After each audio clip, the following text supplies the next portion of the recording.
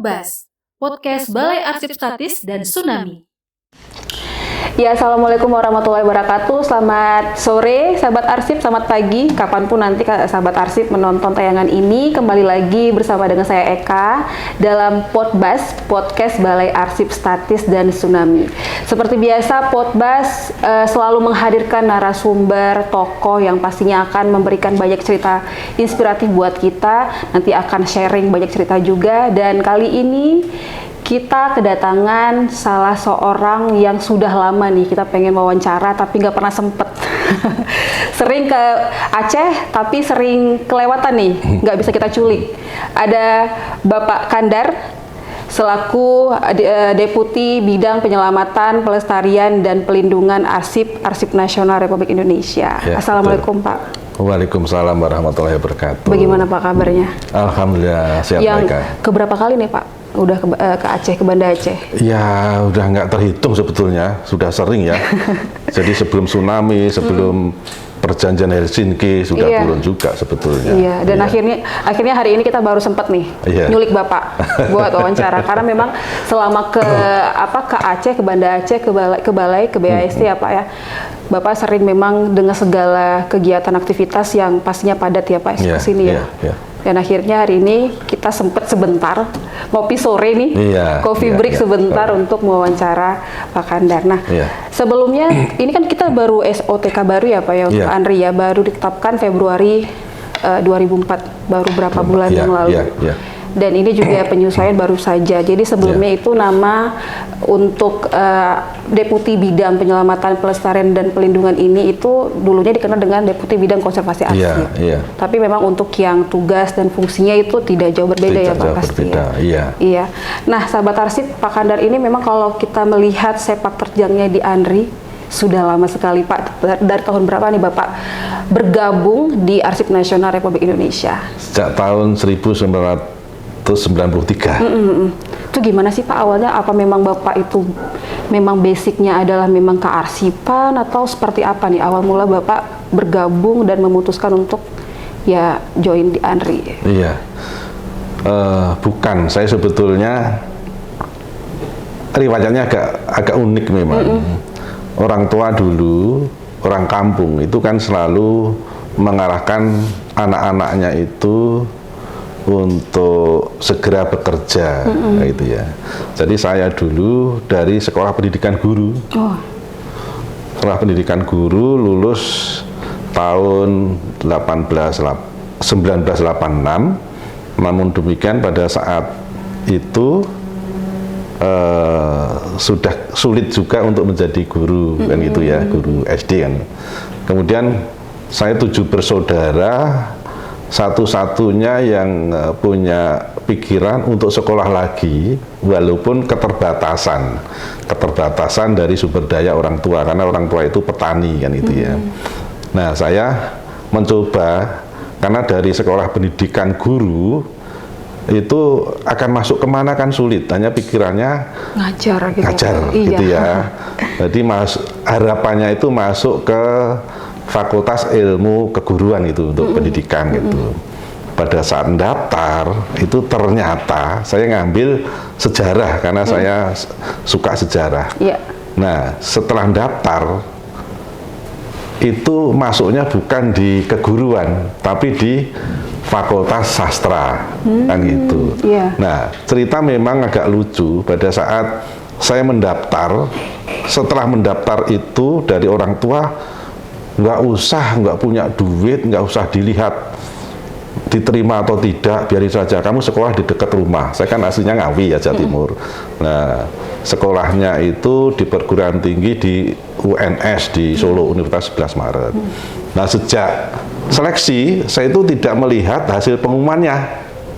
Nah, saya daftar di diploma bahasa Inggris di Kabupaten Ngawi. Nah, pada saat itu seleksi diploma diterima, ada temen yang ikut seleksi di Solo di Universitas 11 Maret itu membawa koran. Loh, ngapain kamu di sini? Kamu diterima, ini namamu. Di koran gitu ya Pak? Di koran, zaman dulu kan pengumuman di koran. Di koran ya, benar. Waduh, udah gitu pulang lapor pada bapak ibu. Gimana Le, kalau di sana nanti nggak ada duit gimana kan gitu. Nah, kemudian betul cari-cari informasi, pembayaran pertama itu 237.000. Itu lumayan besar ya Pak ya untuk saat ya, itu ya? Tahun 86. Akhirnya orang tua kan nggak punya duit, jual sawah. Untuk bisa itu, jual sawah. Akhirnya daftarlah pergi ke kampus Solo. Jadi pada saat ke Solo itu pikiran saya kan di keguruan, saya masuk guruan. Enggak, Mas posisi di sana, tapi sudah terlambat, sudah ditutup itu registrasinya, kan gitu. Nah, disarankan oleh dosen, gini, kalau nanti cadangan belum masuk, kamu bisa diterima. Kalau cadanganmu sudah masuk, kamu nggak bisa diterima. Nah, akhirnya registrasi betul, alhamdulillah cadangan nggak masuk. Nah, ini namanya rezeki. Akhirnya saya masuklah kuliah di situ Fakultas Sastra yang tidak punya basic riset, karena kan kalau riset kan dari SMA gitu. Saya dari SPG, kerjaan ngajar. Jadi pada semester pertama itu nilainya jeblok karena nggak bisa. Tapi akhirnya bisa menyesuaikan, akhirnya bisa selesai pertama kali di antara satu kelas itu ada 37 orang itu selesai pertama kali. Nah, di situ dulu risetnya juga saya mencari arsipnya itu saya belum mengenal namanya Lembaga Arsip Nasional, belum mengenal. Di situ awalnya ya Pak, iya. Mulai karena penelitian dari arsip, tapi belum kenal sama. Belum kenal sama sekali. Jadi riset saya di Kerajaan Kasunanan di Surakarta dan di Mangkunegaran. Nah, di situ ada pegawai arsip dulu namanya Pak Hartono, itu arsiparis, yang memberitahu, loh, kamu nanti lulus, nanti ke Arsip Nasional saja daftar, gitu. Nah, oke, setelah lulus, daftarnya itu ngirim surat perangko Rp400 itu, kita sebar ke beberapa lembaga.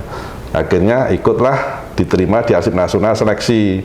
Seleksi tertulis, alhamdulillah lolos. Kemudian seleksi berikutnya wawancara, alhamdulillah lolos. Tahun 93 diterima sebagai pegawai Arsip Nasional dan belum mempunyai kemampuan di bidang arsip. Jadi latar belakangnya itu sejarah, kan gitu. Iya. Jadi, sastra juga gitu ya Pak ya? Ya sastra lagi, Fakultas sastra, kan gitu. Nah, masuk ke Arsip Nasional itu juga belajar arsip selama 6 bulan dulu digembleng oleh Bapak Nur Hadi Magetsari sebagai Kepala Arsip Nasional. Alhamdulillah agak bisa lah paham tentang kearsipan. Nah, memang perjalanan saya cukup unik, bahkan sangat unik. Jadi pada saat saya menjadi arsiparis, ditugaskan sebagai pelaksana tugas kepala subbagian protokol yang itu sangat jauh dengan benar-benar iya Pak bidang kearsipan latar belakangnya. Nah, dari situ belajarlah banyak tentang protokol, tentang kehumasan gitu. Tapi ada untungnya memang, jadi untuk menyelesaikan persoalan administrasi dari protokol itu sangat bagus dan kenal banyak orang. Kita latihan berkomunikasi. Ya, kalau di sini ada kepala BAST itu latar belakang dari komunikasi, saya latar belakang bukan komunikasi, tapi saya bisa mengendalikan pegawai pejabat yang latar belakangnya komunikasi, ya pengalaman dari situ lah gitu. Nah, setelah saya melihat untuk perkembangan karir saya, kalau saya terus nanti di administrasi, saya nggak tahu tentang arsip. Nah, akhirnya bagaimana caranya saya belajar sebelum saya sebagai kasubag, saya dulu rajin menulis di media dalam bahasa Indonesia maupun bahasa Jawa.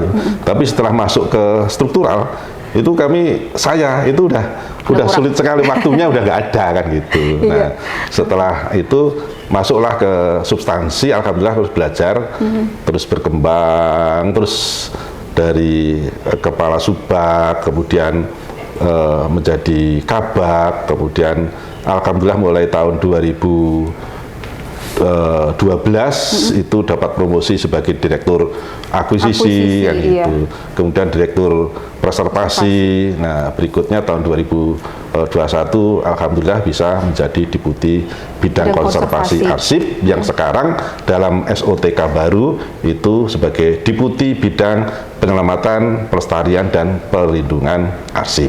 Nah, ini sebetulnya ada makna yang lebih dalam gitu ya. Kalau deputi bidang konservasi arsip itu kita masih mengikuti pendekatan daur hidup arsip itu yang antara dinamis dan statis itu ada batasannya gitu ya.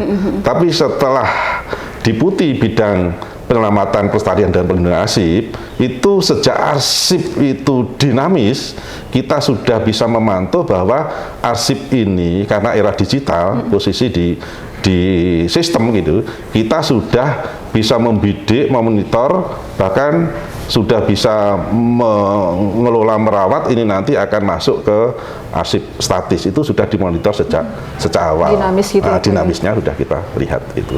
Jadi di situ yang memang membedakan secara signifikan ya Pak, lebih dalam gitu makanya. Jadi tidak ada batas lagi antara pengelolaan arsip dinamis dan statis.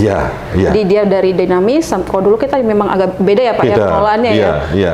Tapi sekarang dari awal dinamis sampai statis itu satu alur. Satu alur. Nah ini memang harapannya jangan sampai arsip dari dinamis itu ke statis itu ada missing, ada hilang itu di tengah jalan. Nah, sudah ini ini sudah masuk, sudah terkendalikan semua. Kan, gitu. Iya, benar sekali. Ya, Pak, ini berarti tahun 93 bergabung di ANRI dengan latar belakang sebagai sarjana ilmu sejarah Fakultas Sastra. Pantas Bapak sekarang itu sastra banget ya, seni banget gitu ya. Karena ini sahabat arsip, Pak Dekon, arsiparis, tapi kok kayak seni banget gitu. Bikin video, seneng untuk hal-hal kreatif seperti itu ya Pak ya. Mungkin dari basic tadi itu juga, dan tadi yang Bapak juga pernah jadi BLT Kasubag bagian protokol tadi ya Pak ya. Jadi memang dari situ awalnya. Sampai sekarang masih nilai-nilai seni itu masih dalam banget di diri Bapak gitu ya. Selain tadi menulis Pak, ada hal lain yang memang dari seorang Pak Kandar gitu, dari mungkin keterkaitan dengan tadi nilai-nilai yang dirawat terus dari seni dan sebagainya dikaitkan dengan kearsipan nih Pak.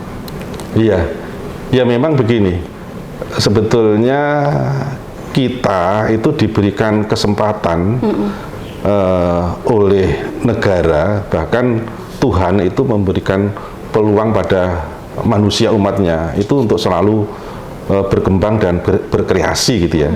Karena tanpa kreasi itu seakan-akan ya kita stuck gitu, nggak bisa hidup kan gitu. Nah, memang di bidang kearsipan misalnya itu harus terus berkembang, punya kreativitas sesuai dengan perkembangan zaman.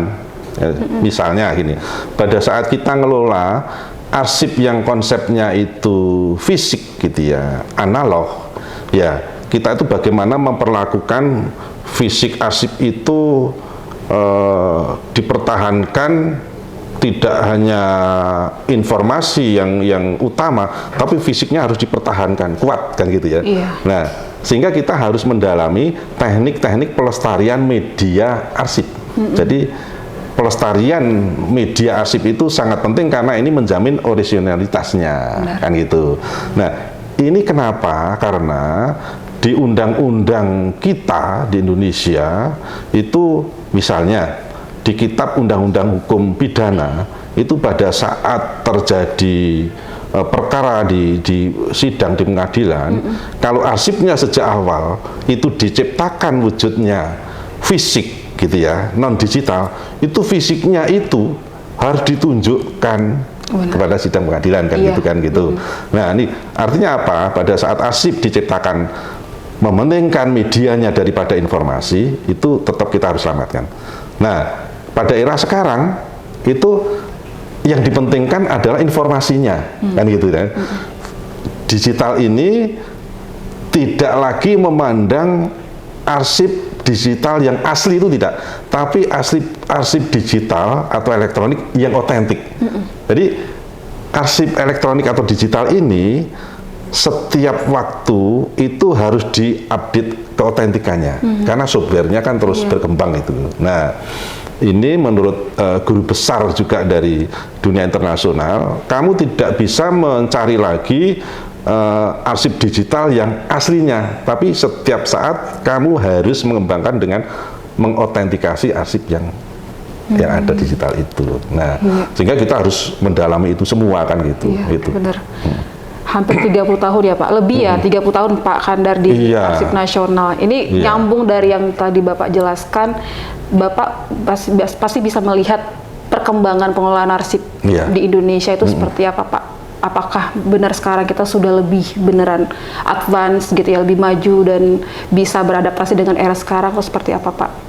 Iya, ya memang begini, untuk kesadaran total itu kita memang belum, di Indonesia itu belum. Jadi begini, kalau di dunia internasional, di negara-negara maju, istilah arsip itu ya disebut arsip. Apakah di Australia, Belanda, Malaysia saja, Singapura, Amerika dan sebagainya, arsip ya archive gitu. Ya, di Malaysia itu ya arkip gitu, Belanda arsip misalnya. Nah, kalau di Indonesia istilah arsip itu seakan-akan kita tuh alergi menyebut kata arsip. Arsip itu gambarannya adalah benda yang terekam di dalam media yang kumuh, misalnya kertas, tempatnya di gudang, banyak kutunya, banyak debunya dan sebagainya kan gitu. Sehingga Indonesia itu menyebut arsip itu dengan pemikiran lain, menciptakan undang-undang istilahnya lain, padahal intinya arsip. Misalnya kalau undang-undang kearsipan lah nomor 43 tahun 2009. Nah, kalau undang-undang perusahaan itu nggak cocok, itu arsip, ya sebutannya dokumen, dokumen perusahaan. Makanya ada undang-undang dokumen perusahaan. Nah, kemudian juga di keterbukaan informasi publik itu undang-undangnya bukan menyebut dokumen, bukan menyebut arsip, tapi informasi publik. Ya intinya ya juga arsip lagi kan gitu. Kemudian di undang-undang informasi transaksi elektronik itu tidak menyebut tiga-tiganya, tapi sebutannya dokumen elektronik. Nah, undang-undang teranyar yaitu tentang pelindungan data pribadi, nyebutnya nggak mau arsip, nggak mau dokumen, nggak mau informasi, tapi sebutannya data. Nah, dari perbedaan istilah ini saja sebetulnya kita tuh kesadaran belum total utuh. Tetapi secara umum sudah ada peningkatan lah, karena memang harus didukung dari berbagai hal. Misalnya ada kegiatan pengawasan kearsipan itu mendukung juga memaksa instansi untuk mengelola arsip secara profesional kan gitu. Sudah ditetapkan dalam undang-undang ya Pak ya, untuk seluruh instansi pemerintah untuk mengelola arsip dengan baik ya Sudah, Pak. Iya, wajib ya sahabat arsip, Bapak Ibu wajib gitu. Nah Pak Kandar, ini balik lagi nih, kalau di sini dari record kita nih masa tugas Pak Kandar, selama masa tugasnya itu banyak sekali breakthrough gitu ya, terobosan-terobosan gitu Pak. Salah satunya yang paling terkenal sampai sekarang dari awal saya masuk juga nih Pak ya, 3 tahun lebih, itu Laraska. Itu gaungnya itu kemana-mana nih Pak. Gimana sih awal Bapak bisa kepikiran soal Laraska itu? Awalnya seperti apa? Tantangannya untuk melahirkan Laraska ini seperti apa itu Pak? Ya Laraska itu sebetulnya terinspirasi karena di undang-undang kita, undang-undang kearsipan, negara wajib menyelamatkan arsip negara dan arsip masyarakat dari bencana. Itu pasal 34 misalnya gitu. Nah, itu untuk penyelamatan arsip instansi, institusi itu sudah umum dilaksanakan kan gitu ya. Benar. Dan instansi lembaga tersebut sudah mempunyai sumber daya, apakah anggaran, sarana, kemudian SDM kan gitu. Nah, itu udah biasa. Tapi masyarakat, kalau arsipnya rusak, itu siapa yang mikir? Biayanya dari mana? Kesadaran mereka juga masih kurang. Nah, dari situlah tahun 2019 saya sebagai direktur preservasi punya gagasan, kita harus punya inovasi bagaimana kita hadir di tengah-tengah masyarakat, kebutuhan masyarakat langsung kita penuhi. Apa itu? Yaitu memberikan layanan kepada masyarakat secara langsung yang arsipnya mengalami kerusakan, kan gitu. Awalnya kerusakan itu karena bencana alam, tapi sebetulnya bencana itu tidak hanya bencana alam, tapi juga bencana karena suhu dan kelembaban di Indonesia itu kan masuk iklim tropis, itu tidak menjamin kelestarian arsip dalam jangka panjang. Sehingga kami buka mulai tahun 2019 layanan ke masyarakat restorasi arsip keluarga, akhirnya kami singkat dengan namanya layanan restorasi arsip keluarga, kan gitu. Tahun 2019 terus kita buka stand di depan, kemudian kita juga turun bersamaan dengan penyelamatan arsip dampak bencana di tempat-tempat di masyarakat gitu. Tahun 2020 itu puncaknya karena bersamaan dengan banjir Jabodetabek itu. Akhirnya kita umumkan, kemudian banyak berbondong-bondong, bahkan pada saat itu pelaksana tugas Kepala ANRI Bapak M. Taufik, bagaimana Saudara Kandar, kita bisa publikasi ke media.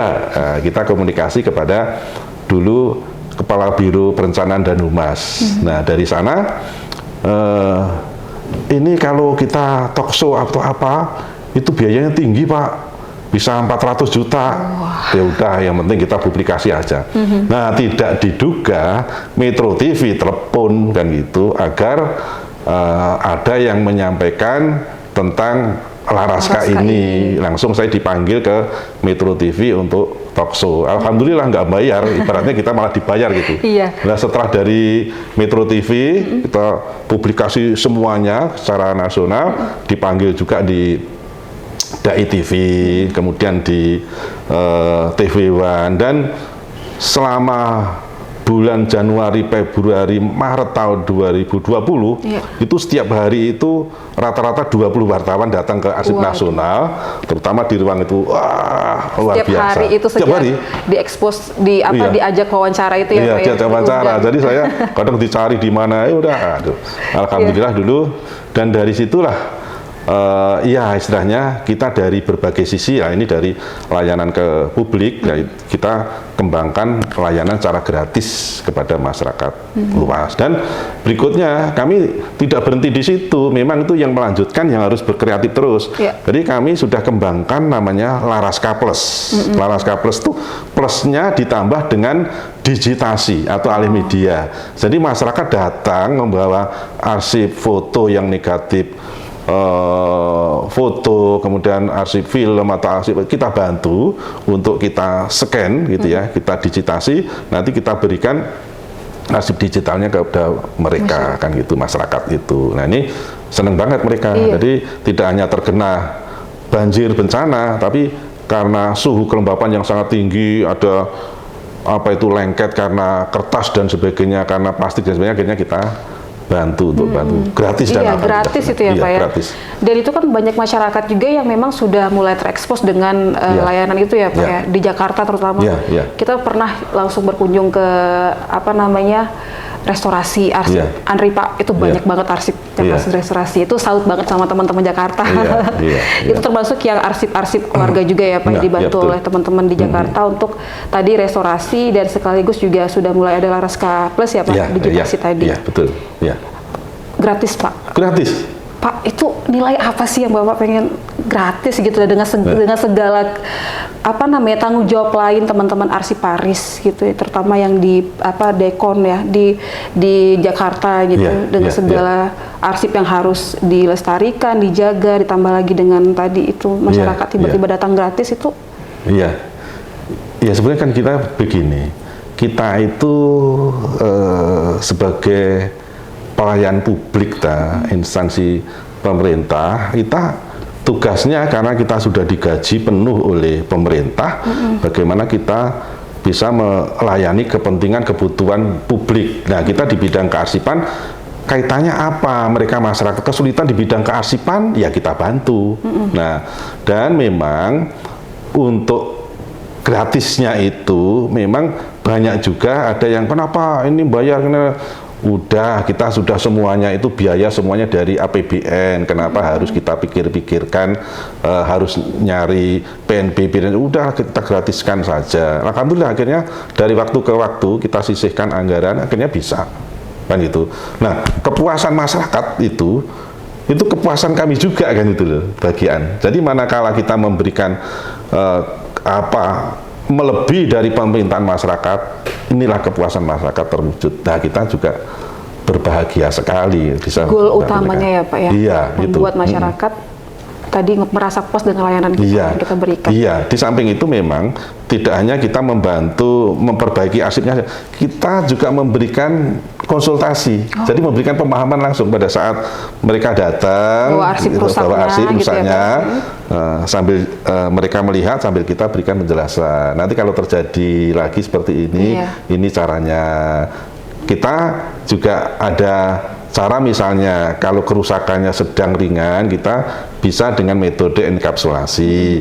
Kalau kerusakannya sedang kemungkinan berat, itu kita pakai laminasi ya. Itu kalau enkapsulasi itu bahannya di Indonesia ada, tapi kalau sudah laminasi itu kan bahannya harus impor dari luar negeri misalnya gitu. Ini kita berikan arahan itu, alhamdulillah mereka senang. Dan gini, kami itu juga tidak hanya stay di kantor, kami itu beberapa kali diundang di beberapa lembaga negara, perguruan tinggi, bahkan kami terjun langsung membentuk namanya kampung-kampung Laraska. Oh, ya. Iya, jadi di kelurahan tertentu, di kecamatan tertentu. Nah, ini yang masif itu pemerintah Kota Tangerang, Kabupaten Tangerang, Cilegon itu masif sekali untuk mengadakan pertemuan rutin. Jadi langsung bupati wali kotanya yang buka, tim kita terjun, jadi ada Satgas Laraska di situ. Nah, ini bisa dikembangkan yang lain. Jadi itu semacam nanti teman-teman dari Andri datang ke desa itu gitu Pak, kasih penyuluhan, konsultasi sebagainya gitu, beri pemahaman mengenai bagaimana bisa menjaga arsipnya seperti itu ya Pak. Iya. Dan itu efektif ya Pak ya untuk kampung ya, karena langsung dari perangkat-perangkat desanya juga terlibat ya Pak. Terlibat. Bahkan kita setelah kita berikan bimbingan konsultasi dari Satgas tadi sudah bisa melaksanakan sendiri. Jadi akhirnya mereka bisa membantu masyarakat sendiri mandiri kan itu. Nah, itu tujuannya itu ya Pak. Tujuannya itu. Ya? Jadi jangan sampai menggantungkan terus kepada arsip nasional, tapi kita harus memandirikan mereka. Iya. Gitu. Jadi mulai mandiri juga untuk bisa tadi itu ya Pak ya, maksudnya untuk yang nggak perlu lagi nih nelpon Pak Kadar nih Pak, ini kita mau bikin ini nih kegiatan penyuluhan dan sebagainya gitu, bisa langsung sendiri. Iya benar. Nah Pak, kalau Laraska tadi kan juga berarti kan ini soal penyelamatan arsip juga ya. Bapak juga terlibat di banyak tim penyelamatan arsip karena Bapak lumayan lama nih di Kedeputian Konservasi sebelumnya yang sekarang itu kita sebutnya P3 ya Pak ya. P3. Ya, penyelamatan, pelestarian dan pelindungan. Nah, ini banyak kegiatan seperti bencana-bencana juga Bapak terlibat untuk turun langsung ke sana gitu ya. Seperti yang di wilayah Palu dan juga Donggala, Bapak itu termasuk yang menjadi pemimpin tim task force untuk yang langsung ke Palu. Karena kan kalau yang di Palu itu tidak hanya gempa bumi tapi juga ada likuifaksi. Benar. Itu seperti apa sih Pak pengalaman ke sana itu? Karena kan pas awal-awal bencana itu kan pasti langsung turun ya Pak? Itu H berapa itu Bapak dan tim turun ke Palu?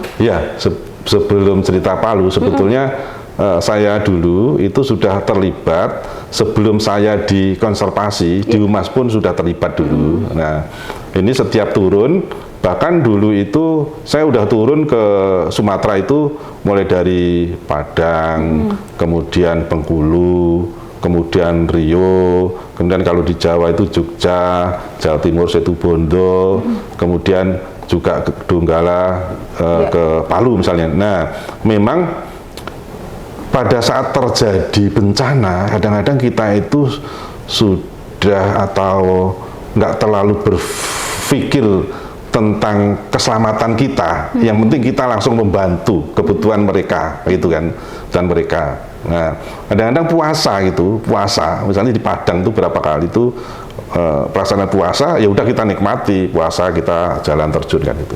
Nah, pada saat kita turun, sebetulnya pertimbangan kita itu suasananya sudah agak reda dari bencana belum. Kalau nanti kita langsung masuk pada hari itu kan kita nanti malah merepotkan yang lain. Jadi misalnya setelah kalau banjir itu nggak begitu lama kan, nggak nyampe seminggu kita turun. Misalnya 2 hari terjadi, itu 3 hari bisa turun gitu. Nah kalau yang peristiwa di Palu itu dulu 3 hari setelah peristiwa itu kan masif banyak korban manusia, kemudian termasuk arsip-arsipnya, infrastruktur dan sebagainya itu banyak rusak. Nah kita hari ke-5 itu akan turun, itu belum bisa penerbangan, belum bisa.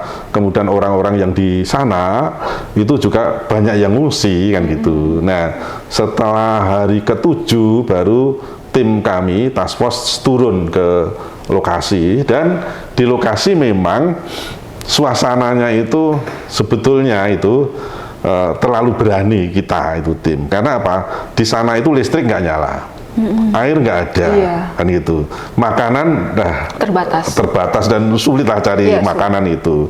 Kalau belanja di mall itu ngantri, jadi orang nggak bisa masuk, jadi dari luar itu buat catatan gitu, catatan nanti beli apa misalnya seperti itu. Nah memang di peristiwa di Palu itu sebetulnya kita memang harus stamina itu harus kuat. Di samping kita air nggak ada, bagaimana kita nyari air, kita mandi bergabung dengan masyarakat gitu ya, nggak ada listrik dan sebagainya, kita nikmati. Nah setiap hari dulu makanannya itu masih gempa. Nah gempanya di Palu itu berbeda dengan gempa di tempat lain. Kalau tempat lain itu kan goyang begini. Goyang. Ini. Nah, tapi dijatuhkan itu di Palu. Jadi karena pengalaman tuh gempa itu selalu terjadi kalau tidak maghrib itu pagi. Jadi sebelum subuh. Sehingga sebelum subuh itu saya sudah bangun dan ke masjid, ke musola.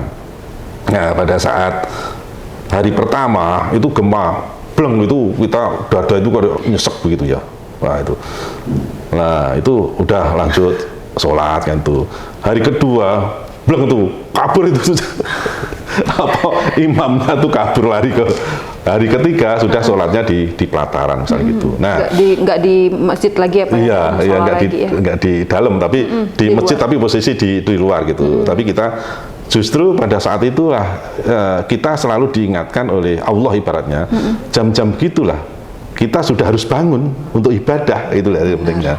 Nah dan dalam setiap harinya kami keliling ke beberapa tempat lokasi, kita bisa langsung bantu juga arsip yang kita bisa selamatkan, kita evakuasi, kita perbaiki di situ. Kadang kita bawa ke lembaga arsipan di provinsi kan gitu. Memang saat itu memang di samping stamina itu kita harus kuat, kita juga harus tahan dari macam-macam, termasuk bau menyengat, karena di sekitar arsip itu bekas-bekas korban manusia. Misalnya di salah satu dinas perikanan dan kelautan itu banyak arsipnya yang rusak begitu, tapi bekas darah itu ini ditemukan di depan ini ada sekian puluh jenazah. Jadi bercampur gitu ya Pak? Bercampur begitu, jadi baunya itu menyengat juga. Gitu. Tapi kita ya masker dan tangan tadi juga selalu bersih, antiseptik dan sebagainya kita siap pakai sarung tangan kalau terjadi apa-apa. Gitu. Itu berapa orang Pak dari Andri yang diturunkan ke Palu? Ya dulu ada 5 orang, ada 5 orang dan 5 orang itu kami bertahap. Jadi tahap pertama 5 orang karena kita koordinasi dengan berbagai lembaga yang ada di daerah, provinsi, kabupaten terdekat dengan BNPB, kemudian Basarnas, polisian dan sebagainya koordinasi sambil kita mendata dan memperbaiki yang bisa kita kerjakan di awal. Nah setelah kita punya data lengkap, kemudian tim yang kedua kita turunkan lagi untuk melanjutkan arsipnya sudah banyak terpantau monitor berikutnya. Di samping itu sekali lagi kita tidak hanya merestorasi memperbaiki sendiri oleh Andri, tapi kolaborasi dengan pemerintah provinsi, kabupaten kota, dan juga masyarakat. Jadi kita kasih pembelajaran. Jadi setelah nanti kita tinggal, mereka mandiri juga untuk melanjutkan. Sudah gitu. Paham ya Pak ya? Sudah paham. Ya. Baik, kita break sebentar. Bapak mau minum air putih dulu boleh? Nah. Oh itu tuh air putih yang udah dibuka. Cuma 5 orang berarti Pak ya ke Palu ya? Tim preservasi. Sebetulnya banyak itu orangnya, tetapi karena kita berbagi tugas, karena di Jakarta itu kan juga ada pekerjaan juga yang rutin dilakukan. Iya, terus Pak. Oke, lanjut. Masuk frame? Enggak aja. Masuk? Enggak ya? Ya. Oke. Baik, Pak Kades, selain tadi memang untuk penyelamatan arsip di lokasi bencana gitu ya, saat Bapak menjadi Direktur Preservasi tahun 2014 sampai sekarang juga masih apa namanya di lingkaran konservasi lah, penyelamatan arsip, pelestarian arsip ya Pak, untuk yang tadi. Nah, Bapak juga di sini kalau dari record kami juga itu penyelamatan arsip warisan budaya juga Bapak selamatkan juga ya, seperti di sini ada warisan budaya di Museum Radia Pustaka Surakarta, tempat Bapak dulu kuliah ya. Terus juga pernah juga menjadi pemimpin preservasi arsip statis Kerajaan Kutaringin di Istana Kuning. Ini kan juga termasuk hal yang sebenarnya sangat challenging gitu ya, menantang ya Pak. Pastinya ini record yang sangat baik buat para arsiparis. Kita menelusur arsip-arsip yang kerajaan itu kan sudah lama sekali ya Pak, seperti itu. Itu seperti apa Pak pengalaman Bapak untuk menyelamatkan arsip-arsip kerajaan ini dan juga warisan budaya ini Pak? Apakah sama atau ada tantangan tersendiri nih? Iya. Sebenarnya gini, untuk masuk ke pusat-pusat budaya, ke arsip-arsip keraton, itu juga di latar belakangi karena keberadaan NKRI yang dimerdekakan tahun 1945 itu tanpa kehadiran kerajaan-kerajaan pusat-pusat budaya itu tidak utuh menjadi NKRI kan itu. Nah, arsip kita misalnya yang paling tua 1602 itu belum seberapa dibandingkan dengan cikal bakal NKRI yang dari kerajaan yang jumlahnya banyak tadi. Nah, inilah menyimpan informasi yang luar biasa gitu ya, pengetahuan yang luar biasa untuk membangun peradaban ke depan. Nah, sehingga arsip-arsip yang hampir tidak disentuh sebelumnya, pusat budaya, keraton-keraton itu ya kita harus selamatkan karena pertama mempunyai manfaat untuk membangun peradaban ke depan, melengkapi sejarah bangsa kita, tapi juga sebagian arsip yang ada di Keraton Pusat Budaya ini juga hilang dengan perjalanan waktu karena tidak terawat atau rusak musnah kan gitu. Tapi juga kadang-kadang ada kepentingan ekonomi sengaja dijual belikan kan gitu kepada kolektor atau bahkan negara tetangga yang memang dia sedang mencari identitas, sehingga bagaimana mencari informasi-informasi yang penting kaitannya dengan sejarah bangsanya. Nah, sehingga kita bagaimana menyelamatkan arsip-arsip mereka. Pertama tujuannya untuk menambah khasanah kita, pengetahuan kita tentang sejarah Indonesia untuk membangun peradaban ke depan. Yang kedua adalah menjaga keamanan informasi yang mempunyai nilai penting untuk bangsa, jangan sampai ini bocor dimiliki oleh asing kan gitu. Nah, memang masuk ke pusat-pusat budaya itu tidak mudah gitu ya, karena mereka biasanya itu tertutup dan arsip itu kadang dianggap sebagai media sakti, pusaka, keramat dan sebagainya kan gitu. Nah, paling kan saya menyampaikan ya kalau yang keramat dan sebagainya ya nggak usah diunjukin kami, hanya kami bisa melihatlah informasi yang penting, syukur bisa kami bantu untuk merawat perbaikinya kan gitu. Nah, itu kami lakukan dengan tim juga, tim tadi kami restorasi dan kami digitasi itu alih media. Nah, kami sampaikan selain fisiknya harus dijaga karena arsip yang dimiliki oleh Keraton Pusat Budaya sebetulnya itu aset. Bahkan ada informasi mengenai aset yang dimiliki oleh pusat budaya itu, misalnya tanah atau apa. Nah, kalau itu kita bisa selamatkan kan kita membantu bagus. Yang kedua memang untuk backup kalau terjadi apa-apa terhadap arsip yang ada itu secara nasional itu kita simpan juga di arsip nasional kan gitu. Nah, memang caranya macam-macam. Caranya macam-macam ya. Ada yang pendekatannya itu lebih banyak ke pendekatan humanisme ya. Misalnya saya ke suatu tempat gitu bisa berbahasa daerah seimbangi dengan bahasa Jawa, bahasa daerah yang halus. Akhirnya percaya sekali apapun dibuka semuanya untuk kepentingan negara kan itu. Ya Pak ini silakan dibantu dialog macam-macam itu akhirnya sampai sekarang itu komunikasi terus dengan kami. Misalnya tadi yang di Istana Kuning di Tawaringin misalnya gitu, itu bagus banget. Kemudian juga di tempat lain, misalnya di Radio Pustaka itu dibuka. Kemudian juga ada di istana-istana lain, apakah Jogja itu kan ada dua, Kasultanan, Pakualaman. Di Solo itu ada Kasunanan, ada Mangkunegaran, ada Radio Pustaka. Kemudian tempat lain misalnya di Riau itu Siak Indrapura itu kan juga arsipnya banyak sekali. Ini sudah hampir ratusan yang sudah kita kunjungi. Nah ini diperkuat dengan kita, makanya dulu sempat kami jalin gini, ide kami untuk menguatkan kita, memudahkan masuk ke pusat-pusat budaya keraton. Kami lakukan penandatangan Memory of Understanding, dilanjutkan dengan perjanjian kerjasama dengan organisasi yang namanya Forum Silaturahmi Keraton Nusantara. Jadi membangun trust di awal gitu ya Pak, dengan tadi MOU tadi apa ya gitu ya. Dan akhirnya mereka masih percaya pada kita semua. Itu sekarang sudah enak, teman-teman sekarang tinggal masuk saja. Apalagi di antara pengurus itu kita libatkan sebagai narasumber, kemudian kita ajak jalan. Wah, itu semakin masif arsipnya. Nah, ini yang menarik. Hari Kamis yang lalu, minggu yang lalu, itu ada informasi penting, tapi nanti akan kami telusuri. Itu ada catatan khusus salah satu sekretaris dari Kiai Hasyim Asy'ari itu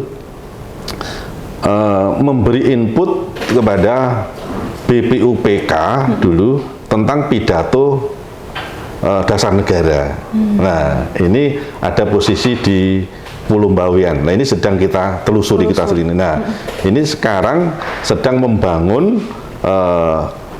memperkuat kembali tentang nilai-nilai Pancasila yang di Indonesia, karena nilai Pancasila itu sudah tidak hanya diperuntukkan untuk bangsa Indonesia, tapi pada tahun 1960 itu sudah dipublikasikan ke dunia internasional di sidang PBB 30 September tahun 60 dan arsipnya sudah diakui dunia sebagai Memory of the World. Iya, benar. Jadi memang ada tantangan tersendiri ya Pak ya. Yang kemarin juga tahun lalu Bapak juga dan tim juga dari tim preservasi juga sempat berkunjung ke ini ya Pak. Kalau kita bicara mengenai warisan budaya ataupun koleksi pribadi yang ke Tanah Abe ya Pak ya. Itu juga punya tantangan tersendiri ya. Seperti apa sih Pak? Apakah ada cerita menarik nih? Karena kan ini Bapak jauh-jauh dari Jakarta nih ke sini dan itu ke Desa Selimun untuk bertemu langsung dengan keluarga Tanah Abe. Seperti apa itu Pak?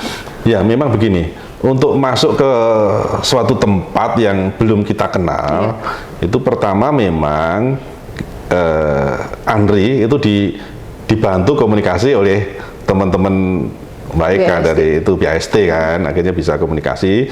Pada saat komunikasi itu turun, itu kadang-kadang informasinya masih terbatas, gitu ya, masih terbatas, masih arsipnya ada di beberapa tempat. Tapi setelah saya ikut turun, bagaimana saya meyakinkan, akhirnya banyak naskah yang sebetulnya itu nggak boleh dibuka, akhirnya bisa dibuka. Di depan Pak Kandar gitu ya? Iya, langsung di depan saya. Tapi memang itu tadi, pentingnya kita itu pinter dalam berkomunikasi, meyakinkan. Membangun trust tadi ya Pak ya? Membangun trust tadi, komunikasi, bagaimana kita TikToknya harus ketemu pada saat si tuan rumah nggak bisa bicara, nggak bisa membuka ini, kita harus membuka dengan passion beliau, gitu ya, hobinya di mana kita buka. Nah, kalau nanti dia sudah cerita begini kita nyambung terus, akhirnya dibuka, kita angkat, wah akhirnya keluar semua lah itu ceritanya. Gitu. Memang tidak mudah, tidak semua orang bisa. Iya. Trik komunikasi ya Pak. Iya, butuh itu. pengalaman 30 tahun lebih. Iya. Nah Pak, ini 30 tahun lebih Pak Kandar ada di ANRI. Iya. Itu pernah juga mendapatkan tanda kehormatan Satya Lancana Satya 20 ya Pak ya? 30 udah dapat juga ya. Nah 30 tahun lebih itu tantangan Bapak sebagai arsiparis, ataupun ada nggak sih yang cerita-cerita yang mungkin bikin Bapak mungkin jadinya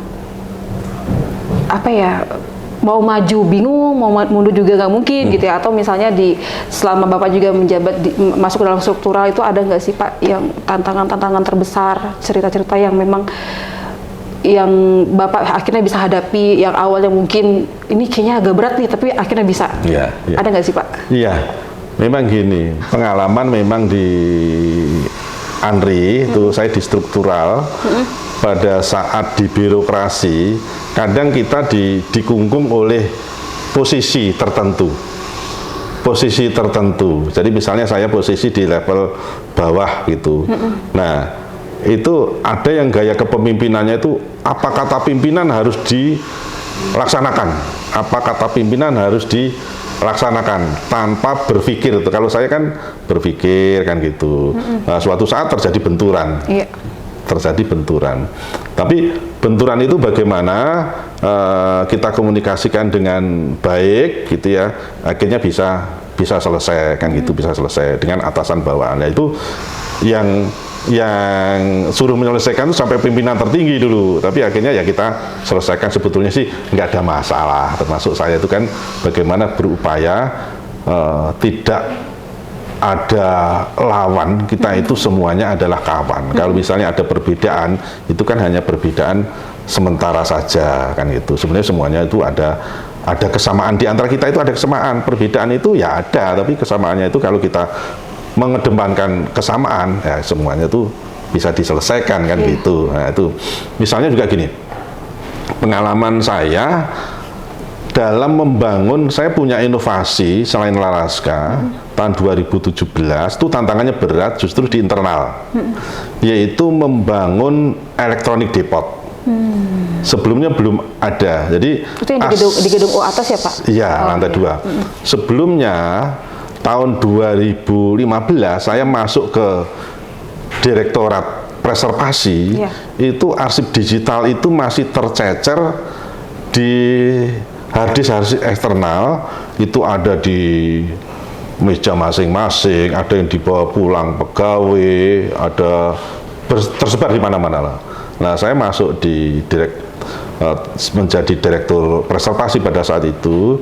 Kami usul bagaimana, apakah ada anggaran sisa. Nah, akhirnya tahun 2015 alhamdulillah ada anggaran sisa itu 3 miliar dulu dari Biro Umum. Nah, akhirnya saya punya konsep pemikiran, kita harus kumpulkan semuanya, harus digital ini. Akhirnya kita bangunlah awalnya, embrionya itu di lantai 3 gedung B. Nah, akhirnya terbangunlah di situ data center kecil kan gitu kan.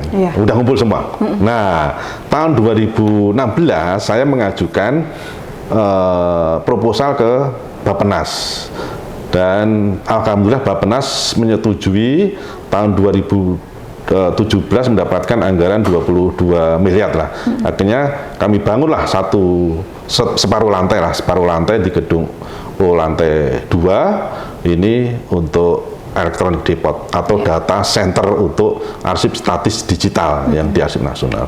Nah, ini tantangannya berat karena saya lolos di Kementerian Keuangan, lolos di Bappenas, justru tantangan di dalam itu sangat berat.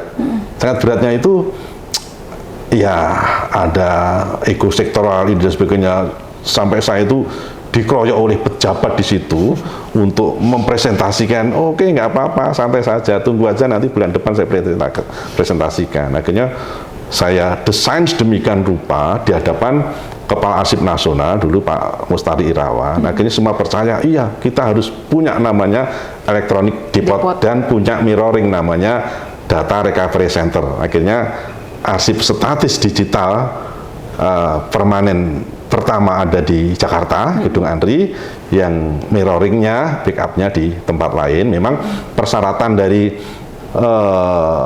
dunia internasional, data center atau e-depot mirroringnya sebaiknya dipisahkan di luar kota dan jaraknya sebaiknya minimal 100 km.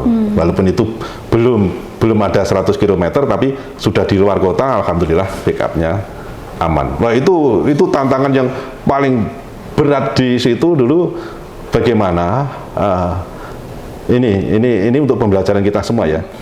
Sebetulnya kita itu jangan berpikir sektoral, jangan berpikir unit, tapi kita berpikir kelembagaan kan itu. Bahkan data center arsip statis ini, e-depot ini tidak milik Arsip Nasional tapi milik negara kan itu loh. Nah, kalau ini arsip digital semuanya ini akan ditempatkan, misalnya maaf, ini sekarang kan ada pusat data nasional sementara yang kena hacker gitu. Nah, kalau semuanya dipindahkan ke sana, udah hilang lah. Akhirnya kami punya backup di Andri ada, di PDN 1 ada aman, kemudian di tempat lain juga aman. Jadi arsip kita aman ya Pak? Aman, alhamdulillah. Aman, sahabat arsip. Karena tadi dari awal Andri sudah sudah memikirkan backup tadi ya Pak? Iya, di kita ada backupnya. Ada backupnya. Jadi pas gitu di hack di PDN aman. kita aman. Alhamdulillah. Alhamdulillah. Terima kasih nih buat Pak Kanda dan tim. Iya, luar biasa. Sama-sama. Iya. Karena tadi mungkin transisi juga ya Pak ya, makanya mungkin dari yang kita masih manual, akhirnya kita bertransformasi digital, semuanya digital. Jadi itu tantangan besar buat Bapak dan tim untuk meyakinkan seluruhnya kalau itu penting. Dan sekarang baru terasa ya Pak ya, penting banget sekarang. Karena yang tadi kata Bapak juga sekarang ini adalah kalau dulu kita menjaga fisiknya dan informasi, tapi sekarang adalah informasi yang otentik ya Pak, yang orisinil. Iya. Nah ini yang saya pesan juga nih pada teman-teman arsiparis, harus mempunyai kemampuan di bidang IT, gitu ya.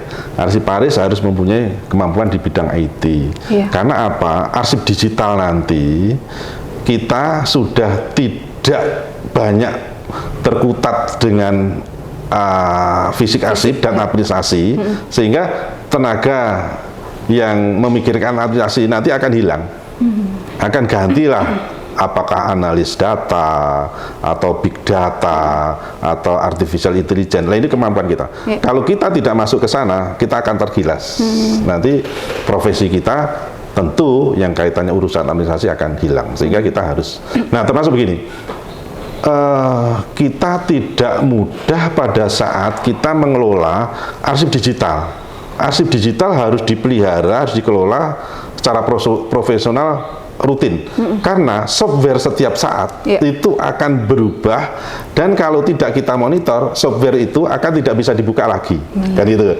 Nah, pada saat itulah kita kembangkan lagi, menyesuaikan softwarenya terus. Makanya tadi arsip digital atau arsip elektronik tadi sudah tidak mementingkan aslinya, tetapi mementingkan selalu autentikasi itu dilakukan sesuai dengan perkembangan software yang ada.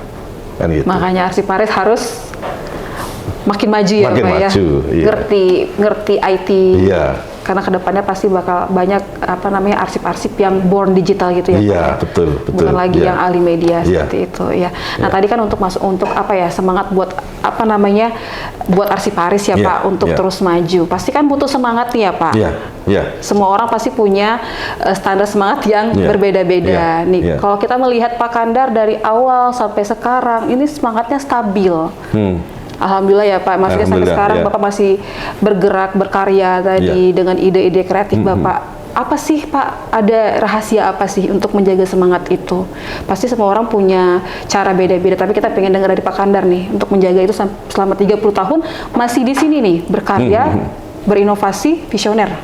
Gimana tuh Pak? Ya memang begini, semua manusia itu pasti ada waktu bosannya, kan itu ya, pasti ada waktu bosannya. Kadang-kadang terkesan stagnan. Pada saat stagnan, ya kita jangan memaksakan. Jadi kita hiburan dulu. Nah, hiburan balance dulu, ya, balance. Jadi hobi kita apa? Kan itu, hobi kita apa? Ya, kadang kalau suka nyanyi.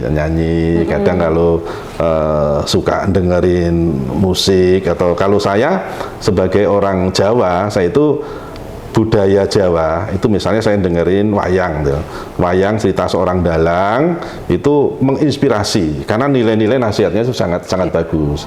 Kadang-kadang saya tirukan gaya-gaya dalang, itu kan. Kadang-kadang suatu saat itu saya hadir di suatu tempat, ucapan saya berbeda dengan suara saya sekarang. Nah, jadi saya menjadi tokoh apa kan gitu.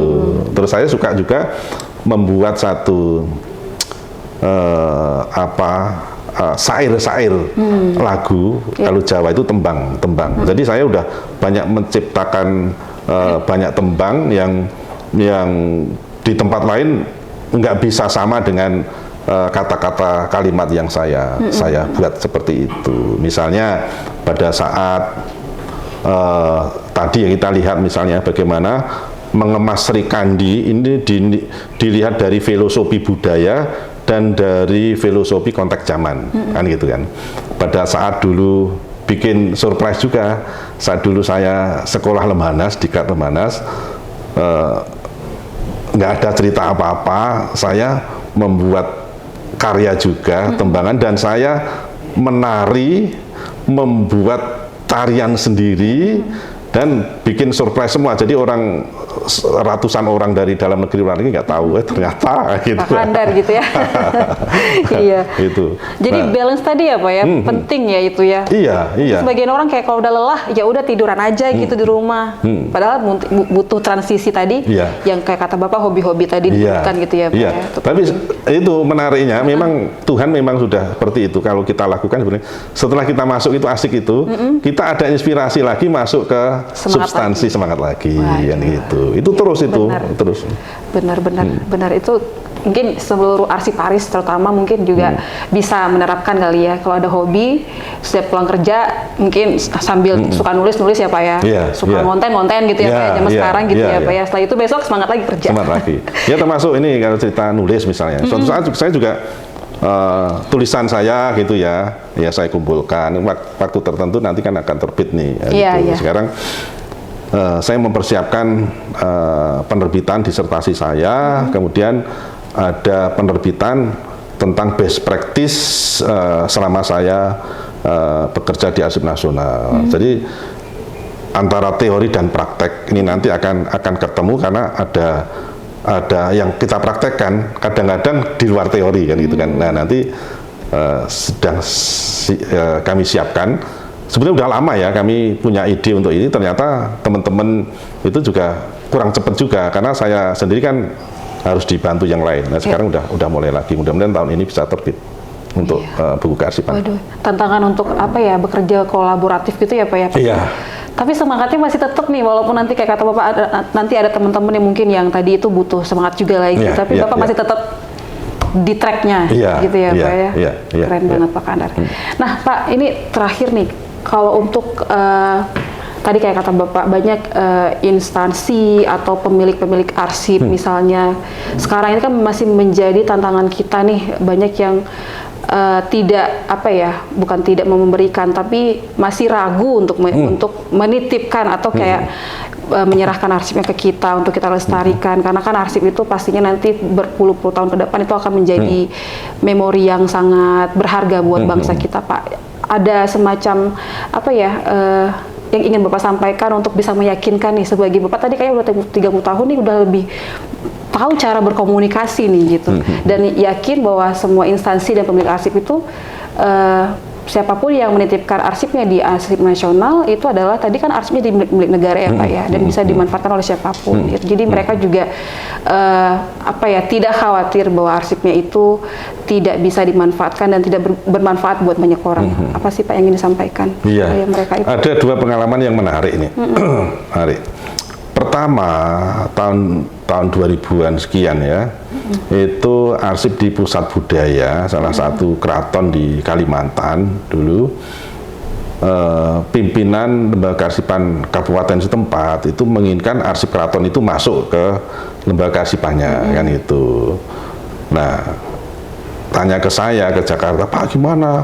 Kan ada undang-undangnya, mereka nggak mau. Ibu gini caranya, jangan langsung wajib menyerahkan, kalau nggak kena sanksi jangan. Kan caranya macam-macam. Caranya gimana? Udah ibu bikin acara, sosialisasi, diajak aja dihadirkan ke acara itu. Nanti lama-lama mereka kan ada kesadaran dijelaskan arsip itu pentingnya apa, manfaatnya gimana, cara melestarikan untuk jangka panjangnya bagaimana. Udah ceritakan aja kan gitu. Kewajiban pemerintah negara bagaimana. Nah, setelah 2 kali ada sosialisasi mereka libatkan dengan kesadaran sendiri. Mereka menyerahkan arsipnya kan. Karena itu. Sudah paham ya tadi. Sudah paham. Jadi masyarakat itu kalau nggak diberi pemahaman sudah menolak saja. Oh, nggak percaya pada pemerintah, nanti hilang kan gitu. Nah, pengalaman yang kedua menarik. Salah satu ormas di Bandung dulu kan, kita dekati, arsipnya itu penting karena tahun 20-an itu ormas itu berdiri dan turut membangun NKRI ini kan gitu kan. Nah, pada saat kita dekati, itu nggak mau kan gitu ya, nggak mau. Nah, ternyata setelah kita cari informasi ke dalamnya, ternyata pernah salah satu perguruan tinggi di Bandung itu meminjam arsip tersebut, nggak dikembalikan, hilang. Nah, itu kan trauma mereka. Iya, benar, nah, berikutnya caranya gimana caranya? Nah, pimpinan tertinggi kami undang ke Jakarta, kita fasilitasi lah gitu. Kita ajak berkunjung ke Depot Arsip.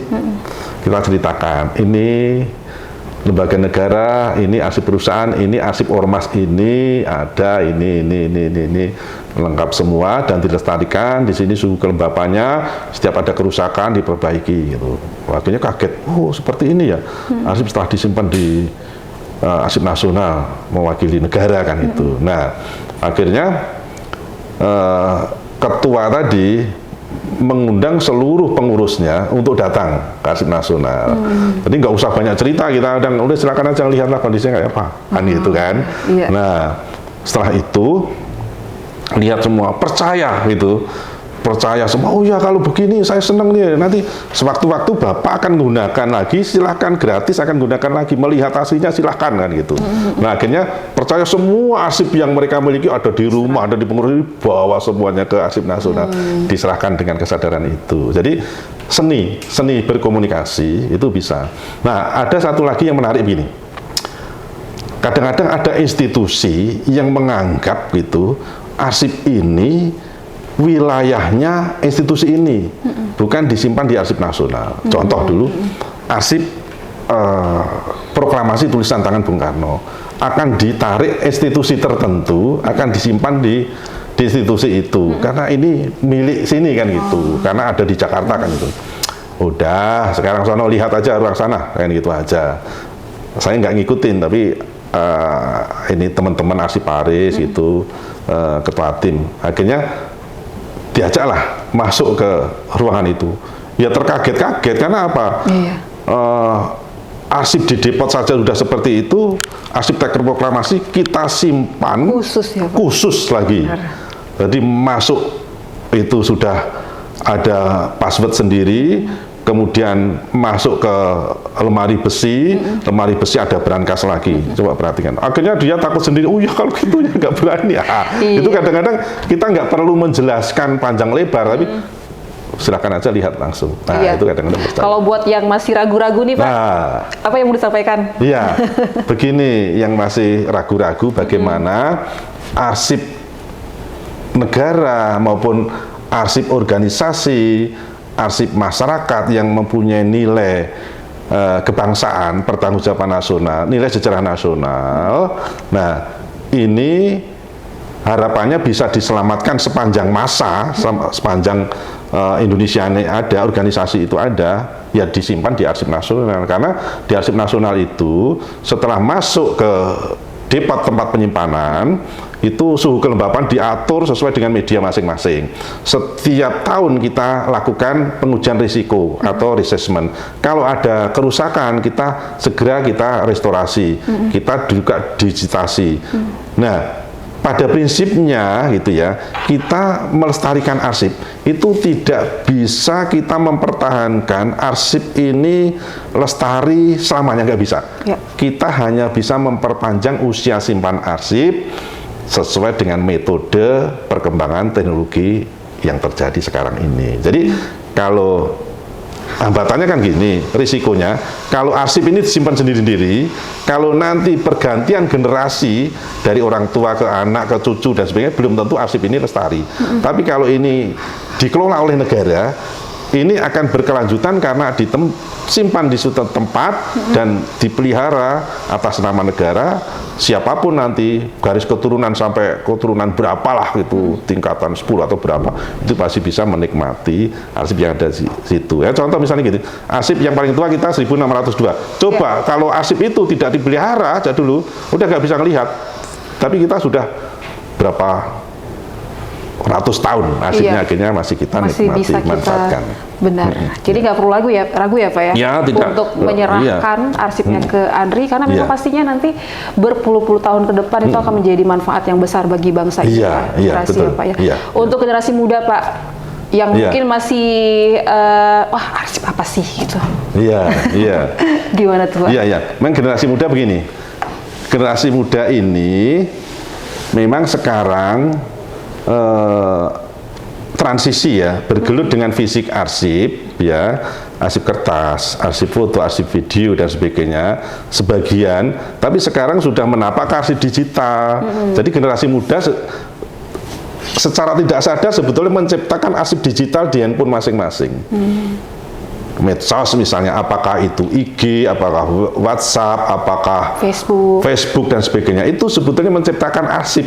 Nah, bagaimana cara merawatnya, mengelolanya, ya harus dikelola dengan media tersebut kan gitu. Nah, termasuk begini, di samping kita menyimpan di dalam handphone, kita sebaiknya juga punya backup, apakah external hard disk, apakah di cloud yang sewaktu-waktu kita bisa buka. Karena nanti kalau disimpan di media sosial itu pertama kemungkinan akan hilang, kemungkinan disalahgunakan. Tapi kalau di cloud yang kita bisa buka sendiri, ya sekarang kan banyak menyalahgunakan data yang kita miliki. Makanya ada undang-undang pelindungan data pribadi. Sebetulnya salah satunya adalah upaya bagaimana mengamankan arsip digital yang kita miliki. Kadang kita euforia ya, oh arsip saya simpan di sini semua, nggak berpikir masalah keamanan. Jadi bencana arsip yang kita bicarakan di awal, karena gempa bumi, banjir, bencana apa, itu kan, itu fisik arsip, ya analog. Tapi kalau sudah digital, bencana itu sebetulnya bencana dari pencurian data. Nah, hati-hati ya Pak ya. Hati-hati, makanya kita harus pikirkan ke depan, kita harus kelola secara profesional, walaupun sudah arsip digital. Iya. Arsip apapun medianya tetap penting ya Pak ya. Penting. Bagi penciptanya pasti, dan juga bagi yang banyak orang pasti ya Pak ya. Untuk yang mempunyai nilai-nilai sejarah dan yang lainnya seperti itu. Betul. Waduh, sudah banyak sekali nih sharing bareng Pak Kandar, pastinya memberikan semangat lagi dan juga inspirasi-inspirasi baru nih, terutama untuk tetap semangat Pak. Semangat terus. Arsiparis mengembangkan diri tadi karena tadi udah mulai transisi dari manual ke digital ya Pak ya. Betul. Terus juga dengan pengelolaan arsip yang lebih maju juga, dan tadi juga untuk yang arsip-arsip yang sudah mulai lahir secara digital itu juga menjadi penting untuk kita perhatikan, terutama jangan sampai ada pencurian data dan sebagainya ya Pak ya. Itu penting juga. Terima kasih Pak Kandar. Sama-sama bersama dengan kita. Akhirnya bisa ketemu Pak Kandar juga, bisa sharing banyak cerita, karena memang pasti banyak sekali tadi. Mungkin kalau kita mau korek lebih dalam lagi nih, lebih banyak lagi ceritanya. Masih dari kecil cerita. Ya Pak ya. Oh iya. Masih. Tapi tadi kita, di antara cerita-cerita itu sebetulnya ada cerita yang detail lagi, ada yang menarik lagi. Ada sesi selanjutnya nanti sahabat arsip ya. Pokoknya kalau mau tahu seperti apa cerita inspiratif dari Pak Kandar dan juga tokoh-tokoh lain yang inspiratif, terus saksikan podcast Balai Arsip Statis dan Tsunami, Pak. Iya. Terima kasih Pak Kandar, semoga Bapak sehat terus. Ya, alhamdulillah. Dan bisa menebar semangat terus buat kita semuanya, dan juga bisa terus berbahagia pasti Pak. Harus bahagia ya Pak ya. Iya. Terima kasih Pak. Terima kasih sama-sama. Waalaikumsalam warahmatullahi wabarakatuh. Ya, itu di akhir dari podcast Balai Arsip Statis dan Tsunami bersama dengan Deputi Bidang Penyelamatan, Pelestarian dan Pelindungan Arsip Nasional Republik Indonesia. Pastinya tadi banyak sekali cerita menarik, inspiratif yang akan terus membuat kita berjalan menjalani hidup supaya lebih hidup nih. Apalagi buat teman-teman yang ada di dunia kearsipan, semangat terus untuk bisa menjaga memori kolektif bangsa kita untuk Indonesia yang lebih baik ke depannya pastinya. Terima kasih sudah menyaksikan. Sampai jumpa lagi di podcast selanjutnya. Wassalamualaikum warahmatullahi wabarakatuh. Waalaikumsalam warahmatullahi wabarakatuh.